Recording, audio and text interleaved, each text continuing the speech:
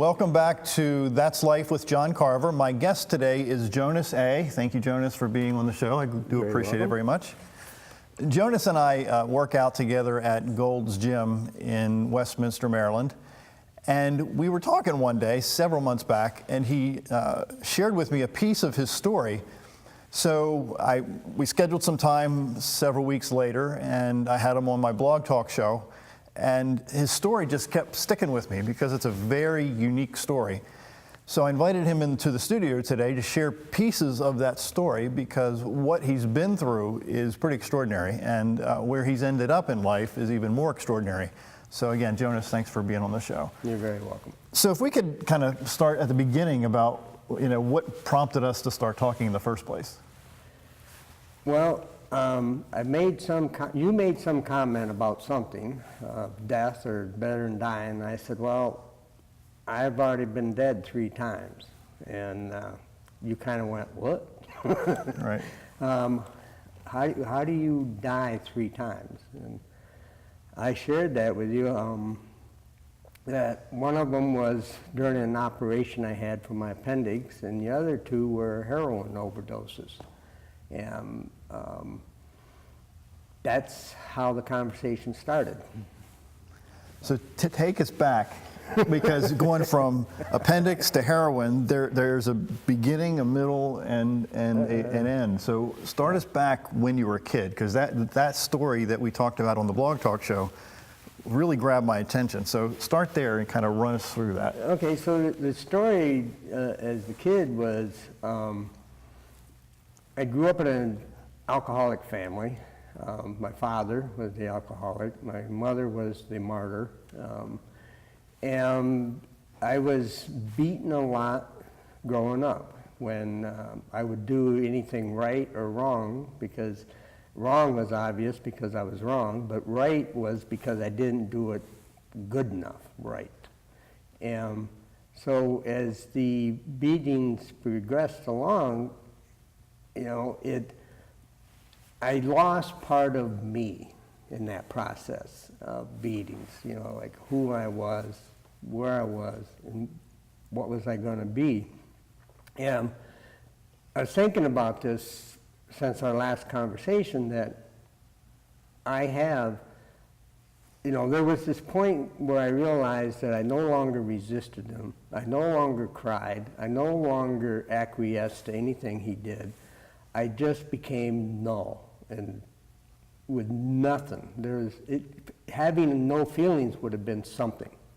I didn't even have no feelings. And I was for anything I can think of, a void of anything. It didn't matter. And then as I got older, into my teens, that became part of my life. That it didn't, I can't even say it didn't matter, because that would have been something. It didn't matter. That would have showed that I felt something. And I didn't feel anything. And it came to me when I was about 17 or 18. My neighbor brought his little kitten down to my house for me to kill. And I said, why did you bring it? After I killed the kitten, of course. He said, why did you bring it to me? Why didn't you do this? And he says, well, you don't feel anything. Wow. And that was when I was 17, 18 years old. Wow. And already people around me knew, apparently, I did not feel anything. And so the idea of not feeling anything, I think, was part of my life.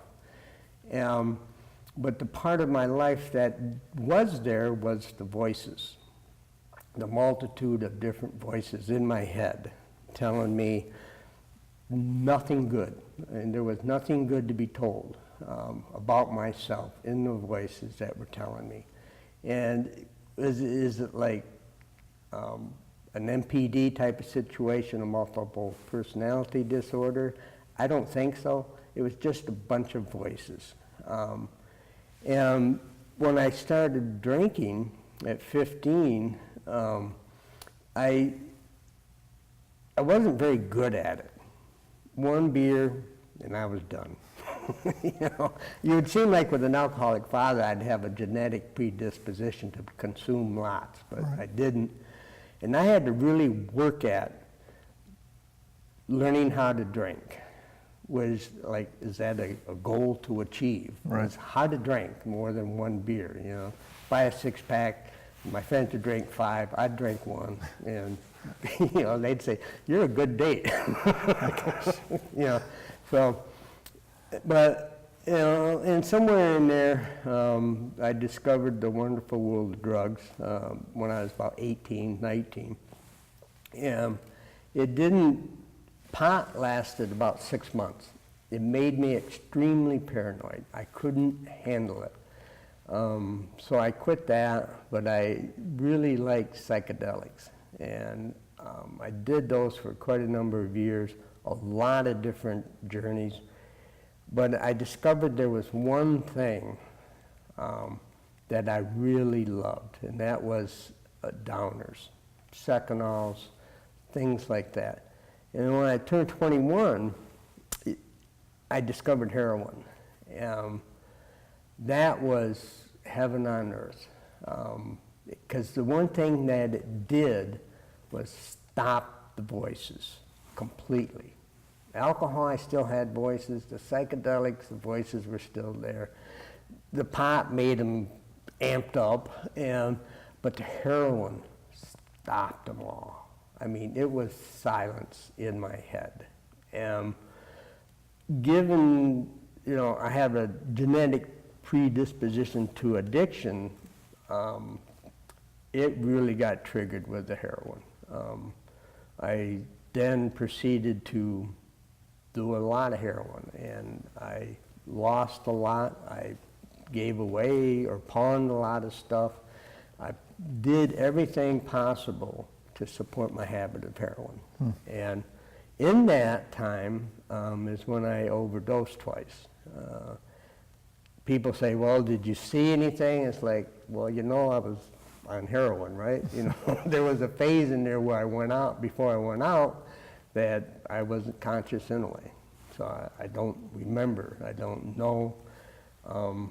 Apparently they don't want me over there because I keep coming back, wherever over there is. Right. And the stupidity of the overdoses was, the first one I had just taken my friend to the hospital who overdosed. I knew I was smart enough not to do too much, but apparently I wasn't, because when I came to, I was in the emergency room with tubes stuck in my arms and stuff. With not a very happy girlfriend at the time. And later, and the second one, about a year later, she was really unhappy. That one I don't remember a lot about, other than it was a day of drinking and barbiturates and then heroin. And my girlfriend came home, found me laying on the floor again, unconscious, and another trip to the ER to be revived. Right. One last time, and that's when, can I swear on this program? No, please don't. Okay. G-rated show. Okay, but that's when I came to, she was standing over me and said that if I ever catch you SOB laying on the floor again, I'm just going to leave you laying there. We're done. So that didn't faze me. I didn't quit then. I didn't stop. It was like, well, I'll be more careful. Just not going so far, right? Yeah. Right. Yeah. I'll measure the dose better Right. next time. You know, so. That's scary. That's terrifying. But obviously that didn't stop you in your tracks from continuing down this path. So what was that point in your life through the abuse? And again, there's so much more to this story that we don't have time to talk about. But through the abuse and the alcohol and the drugs, where was that time, and what was that backstory that eventually woke you up to say, wait a minute, I'm screwing up here? Well, the timeline is sort of like something happened where I decided to get off the heroin. And I moved away. I did it cold turkey. I locked myself into an apartment, which was a total disaster the whole time. But one of the ways I decided to get off the heroin was I supplied myself with cases of whiskey and wine. Good choice.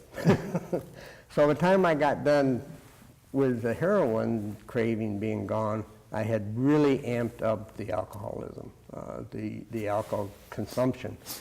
And so when I moved back to the town that I came from, and I looked around and went, well, the only thing I can do is really drink because pot doesn't work, psychedelics don't work, I can't do heroin anymore. All I got is alcohol. And the voices are really coming back again. And so I'm drinking a lot by that time. I'm not going outside. I'm not being social.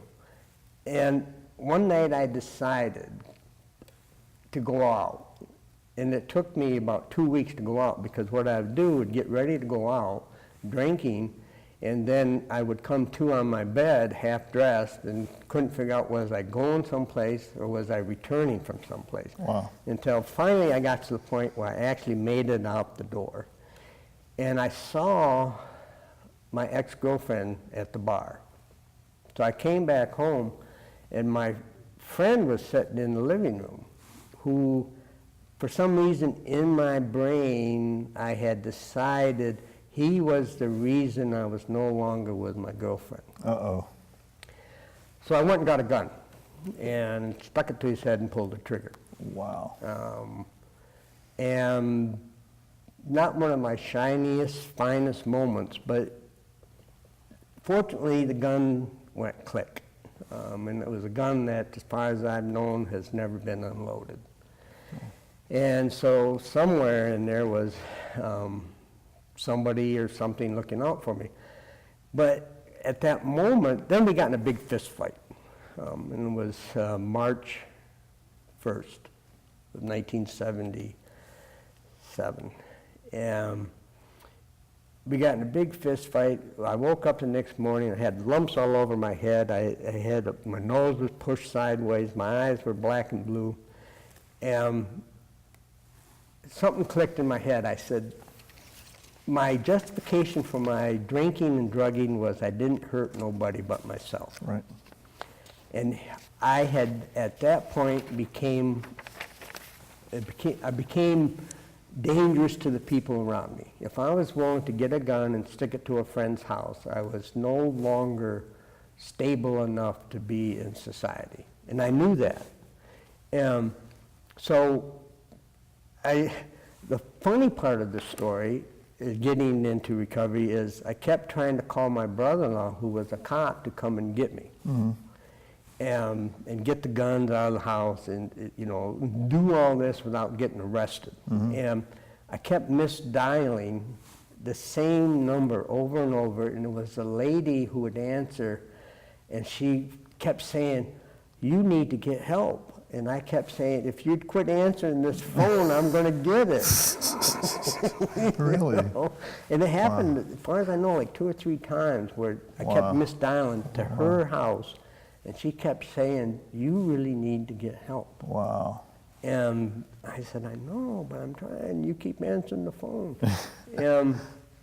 So that led me, of course, I was being a mess. They put me in a mental institution first. And then they took me to the alcohol ward, where I spent 21 days in the alcohol ward. Then went to a halfway house for men and spent 14 months there. In recovery, learning how to live without all the things I used to stop the voices. Right. I had to learn how to live, and, like the voice, I keep talking about it, but, today, after 40 years of being clean and sober, I'm down to 3. Just 3? Yeah, just 3. Okay. And one of them is actually pretty good. You know, it helps, the voice helps me to remember that my life is really good right now.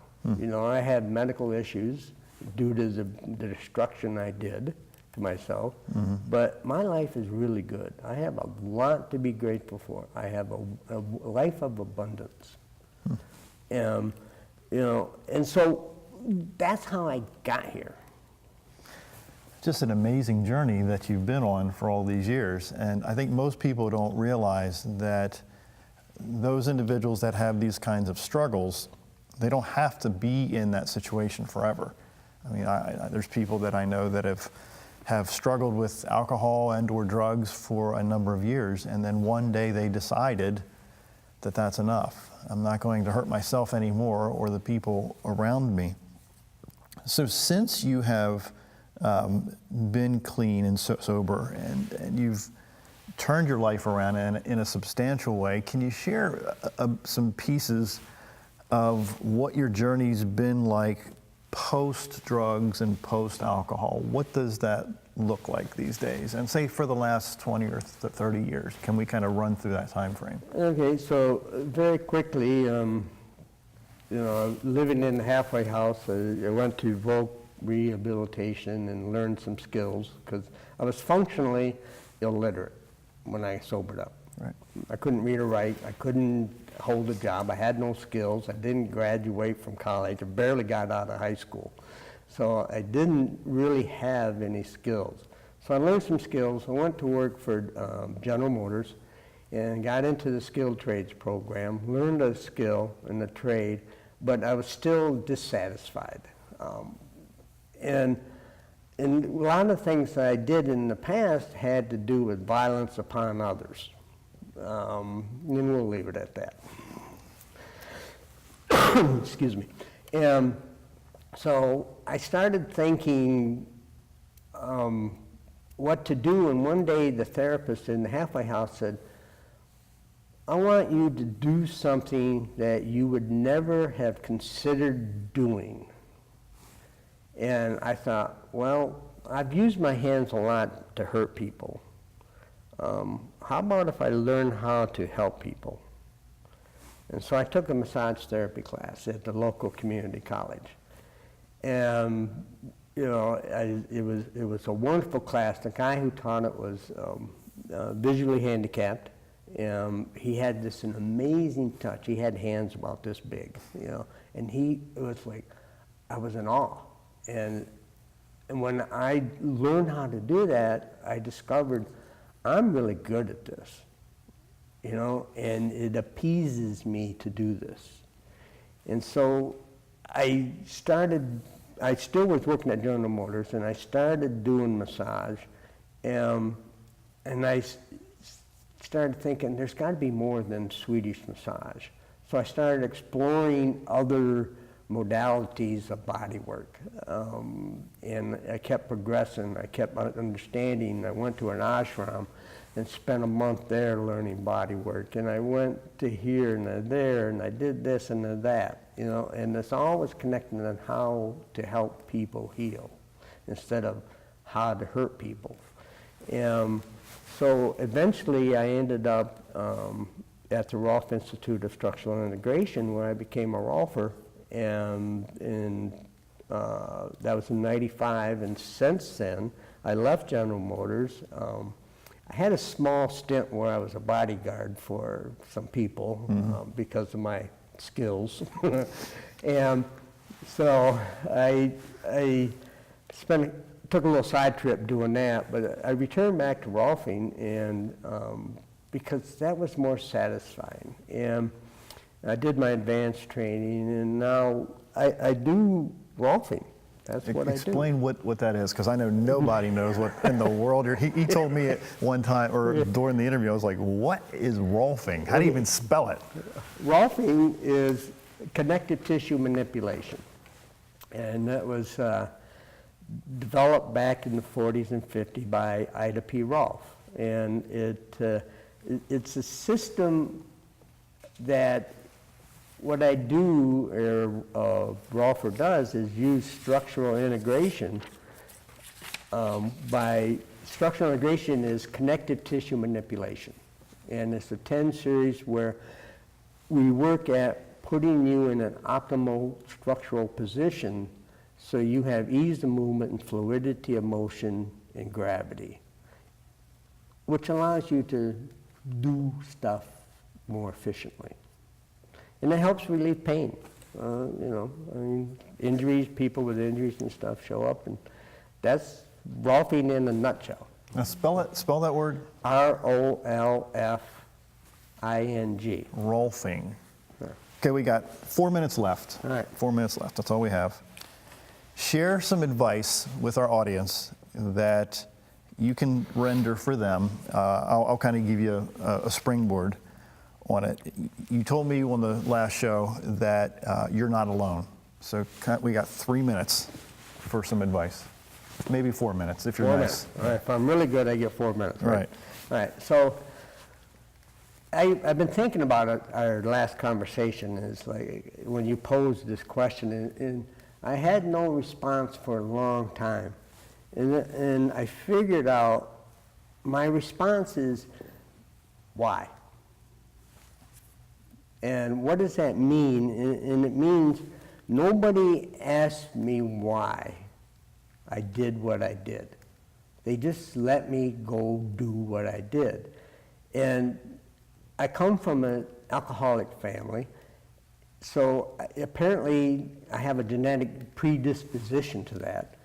I come from an abusive environment, so I have a predisposition for that, but I have met people in the program who have none of those and they're still in the program, and I've met people outside of the program who have had horrible childhoods who don't have addictive problems. So the question that became to me was, why? Why did I do that? And nobody ever asked me that. Why? And if I was truthful, which is the key, is being honest with yourself and honest with another human being, is I did it to stop the voices. That was it. Right. But my personality guaranteed that I would continue in a path of self-destruction. Right. And I had a genetic predisposition to consume vast amounts of drugs and alcohol. But the triggering point was why, and the triggering point was stop voices. So I don't know if it's true because I can't go past. But if somebody who had asked me, maybe there could have been an intervention in there who could have said, what are the voices? I mean, why do you want to stop them? Or what it's like? And I think when I look around, and I've said in plenty of meetings for 40 years, that the gist I get out of that is nobody truthfully, honestly asks why. Why they're doing the destructive Why are behavior. they doing this, Right. engaging in, and you get flippant answers, of course. Right. My family, my mom, my breakup, my divorce, my marriage, I had a kid, I had no kids. There's a plenty of excuses, and people think of them as reasons, but they're nothing but excuses. Because someplace deep inside of us is that question. The answer to that question, that is an honest and truthful question. Then you can deal from it from there. But to get there requires a lot of work. It required a lot of work in the program to get there. Right. So, because I was already past it, I was already into the addiction. Right. But I think it's very important for intervention in there.